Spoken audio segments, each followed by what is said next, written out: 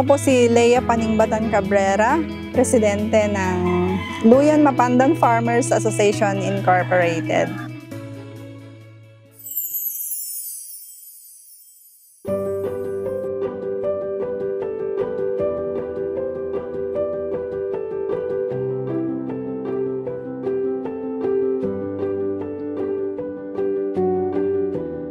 Nag-start yung Luyan Mapandan Farmers Association Incorporated. Mayroon kaming 25 to 30 members. Yung layunin nito ay continuous na education ng mga farmers through Demo Farm. 2016 nung na-register ang Lumpay sa SEC. Hindi madali sa simula ang pamamahala ni Ms. Lea Cabrera bilang babaeng leader ng asosasyon. Naranasan ko pa, ma'am, yung nagmi-meeting kami ng mga members na sasabihin nila sa akin na makapoy yan presidente. Thankful ako kasi nandiyan yung mister ko na siya yung nag-encourage sa akin, nagpapalakas ng loob ko na ituloy. Tapos yung mga ibang members ko na sumusuporta.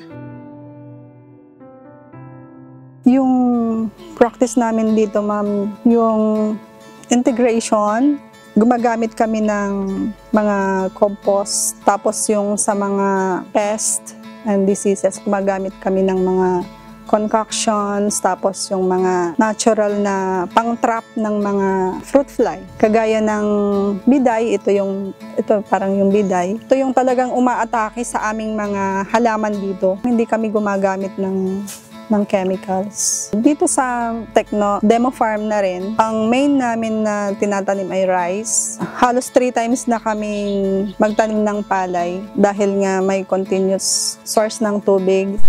Taong 2023, naisagawa ang Agro-Ecosystem Analysis, isa sa mga activity ng High Quality Inbreed Rice Training ng Agricultural Training Institute Regional Training Center 1 sa Lumpay Farm, kung saan 30 participants ang nagpunta sa Techno Demo Farm upang mag-aral ng patungkol sa palayan.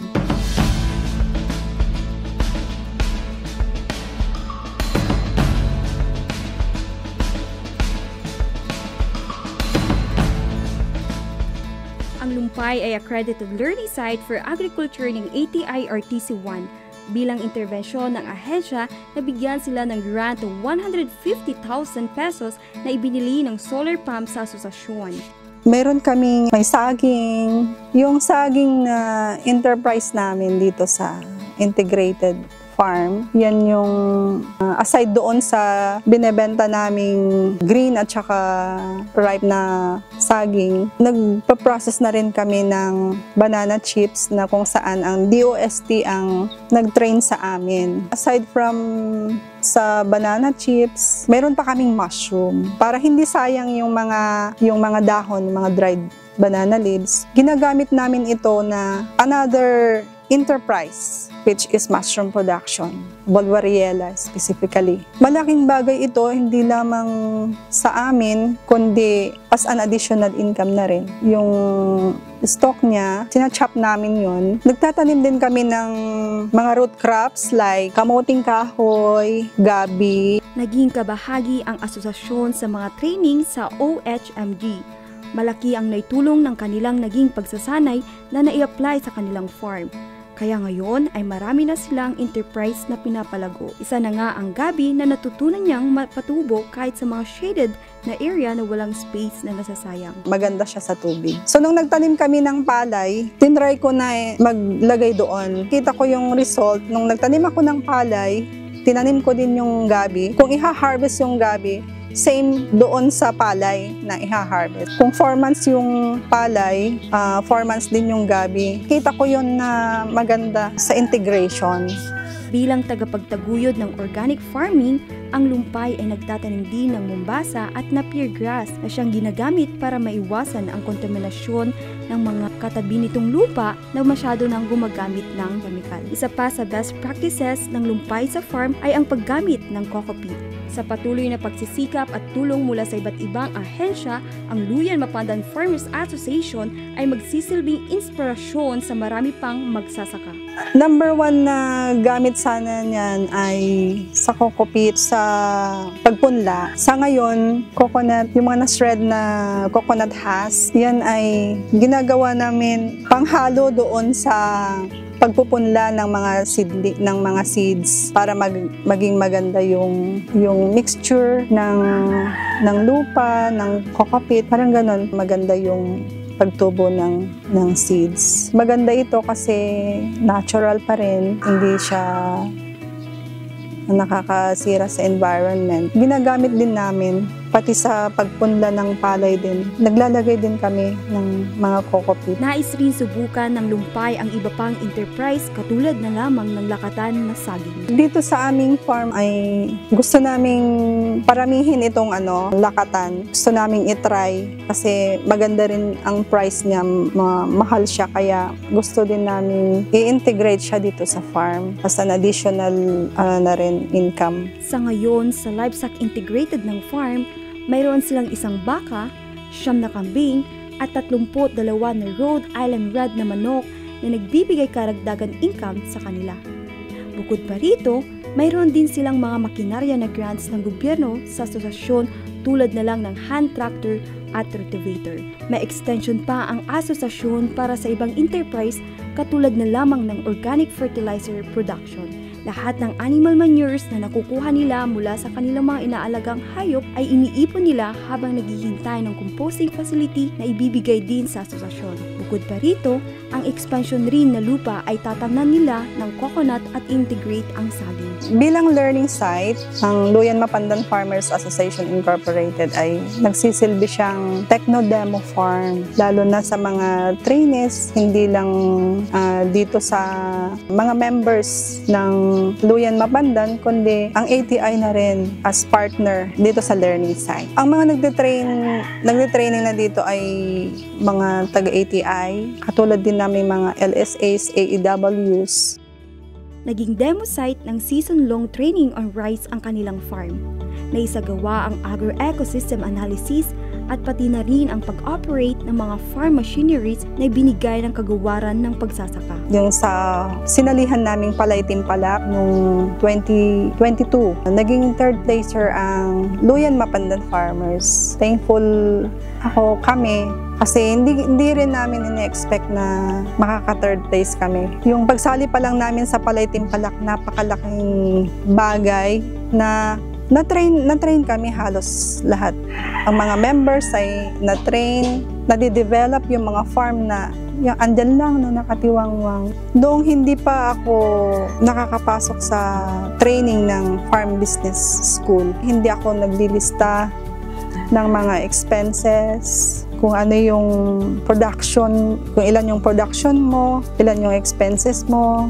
Ang akala ko lang, parang walang income. Pero nung farm business school ay nakapag-training ako, tapos nilist lahat. Meron, may income. Hindi lang natin kasi nakikita yung consumption mo, dapat nakalista lahat doon. Part pa rin ng income. Malaking bagay ang Luyan Mapandan Farmers Association sa mga members through trainings sa ATI. Nagiging bridge din para ma-encourage silang umattend ng training kasi halos karamihan ng mga farmers ayaw nilang umattend ng training. So, through Luyan Mapandan, nasesend sila sa mga iba-ibang trainings na kinoconduct ng ATI, and yun yung nakita ko na contribution na rin ng Luyan Mapandan. Yung sa community naman, nakikita din nila, na-appreciate din nila na pag tinignan nila, kompleto na to. Andyan na ang palay, andyan na ang saging, manok, kulang na lang asin, kulang na lang mantika, bagoong. So, pag naririnig ko yun, ma'am, sobrang happy ako kasi na-appreciate nila yung mga ganito na ginagawa dito. Actually, hindi lang sa amin, na may pakita ko sa mga anak ko. Through farming, wala nang kaba, fear na mauubusan ng pagkain, ng bigas, ng mga gulay. Sa Luyan Farmers Association, Luyan Mapandan Farmers Association, nakaka-avail po kami ng makinarya, na nababawasan po yung renta po sa labas. Na kung halimbawa, 3,500 ang mababayad sa labas, kung sa loob ng asosasyon po ay magiging 3,000 per hektar po. Sa makinarya po, nakakapagbigay din po kami ng donasyon lang po o kaya maintenance. At ariin na rin na parang sa amin na rin po yun, alagaan para matagal din na pakinabangan. Sa aming asosasyon po, natututo kami na kami po ay makapagtanim na hindi lang sa palay, kundi sa mga intercrop ng mga binibigay ng ETI na seeds sa LGU. Natututunan po namin sa aming mga training na FFS, yung tain ng mga hayupan natin. Nakukumpos po yun para po makatipid sa mga synthetic na abono. Natututunan po namin yung training na hindi lang nagtatanim, okay na, wala na. At balikan na lang na sa gusto mong pagpasyal.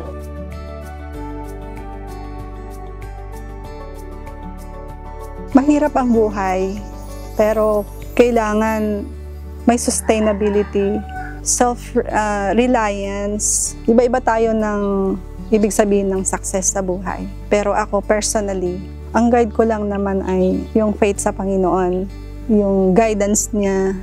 Mag-serve ka sa Kanya, and all things ng goal mo sa buhay, ang gusto mong ma-achieve, ibibigay niya in the right time. Yung faith ko sa Panginoon ang naging strength ko na malagpasan yung mga challenges. And sa ngayon, mapatapos yung mga 5 anak ko na silang lahat. As leader naman sa associations, nung naging learning site ang Luyan Mapandan, na kung saan talagang andyan yung para kang hihilain pababa, pero as leader, andyan yung mga members na naniniwala sa'yo.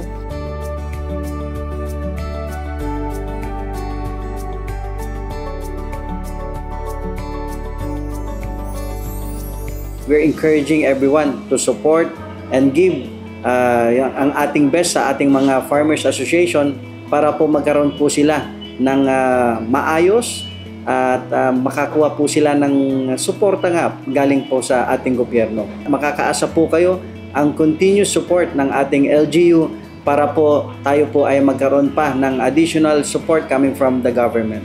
So maraming salamat at more power po sa ating mga farmers po. Ang Luyan Mapandan Farmers Association po is isang masipag at aktibong association po dito sa bayan naming Mapandan. Lalo na po sa Agricultural Training Institute, lahat po ng mga bagong teknolohiya at kaalaman ay na-adapt nila. Especially po na ibabahagi po ng ating butihing presidente ng Luyan Farmers Association sa ibang asosasyon pa para po mapalaganap ang teknolohiya na ibibigay ng ATI sa mga ibang asosasyon naman. Sana po i-adapt natin kung ano po yung mga natututunan natin, lalo na po sa pagsasaka na itutulong po ng Agricultural Training Institute na maging aktibo po sa ating mga activities in terms of farming. Kabahagi po kami ng Luyan Mapandan Farmers Association Incorporated since 2016 po. Malaking tulong po yung association and yung mga trainings ng ATI RTC 1 sa akin po as a youth, sa education po and sa pag-unlad po ng aming pamumuhay. Ang laki po ng impact ng association dahil isa po ito sa naging reason kung bakit ko po napili yung career path goals ko. I chose organic farming dahil po sa encouragement ng family and mga kasama ko sa trainings. Nakapagtapos po ako ng kolehiyo ng kursong agrikultura. Nagpropagate po kami ng fruit trees, yung mga lowland vegetables, pero main pa rin po yung sa rice. Nag-integrate po kami ng mga hayop tulad na lamang ng Rhode Island Red, ang mga kambing, baka, mga pato, gansa. Ang Luyan Mapandan Farmers Association ay isang patunay ng pagsisikap, pagkakaisa at tagumpay ng mga magsasaka.